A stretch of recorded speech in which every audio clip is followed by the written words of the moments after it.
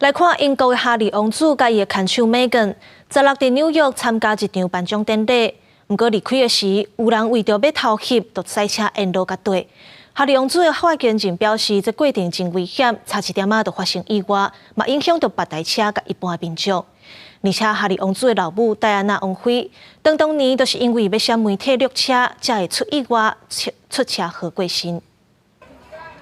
英国哈利王子甲伊的家后梅根，佮梅根的妈妈，16伫纽约参加一场颁奖典礼了后，去互人对伫后壁翕相。哈利王子的发言人17发声明表示，一阵真有攻击性的狗仔队驶6台车窗满乌的车，上演一场瓦近灾难性的对峙。对峙事件超过2点钟，这个过程差一点去压着普及过路人，佮其他的驾驶甲2个远景。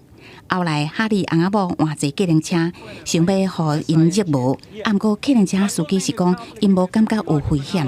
Oh, I don't think that's true. I think that's all, exaggerated and stuff like that. So don't read too much into that.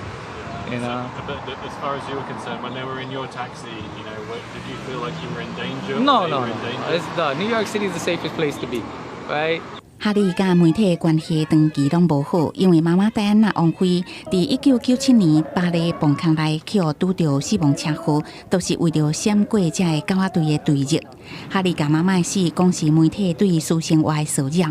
纽约市长亚当斯谴责伫人真济的城市上演开车对峙，是粗鲁而且无负责任的行为。I would find it hard to believe that there was a 2-hour high-speed chase. That would be, I find it hard to believe, but we will find out the exact duration of it. But if it's 10 minutes, a 10-minute chase is extremely dangerous in New York City.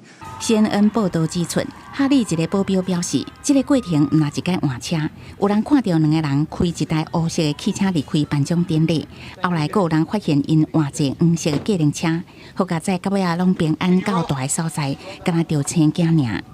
公司新闻田伟仁编译。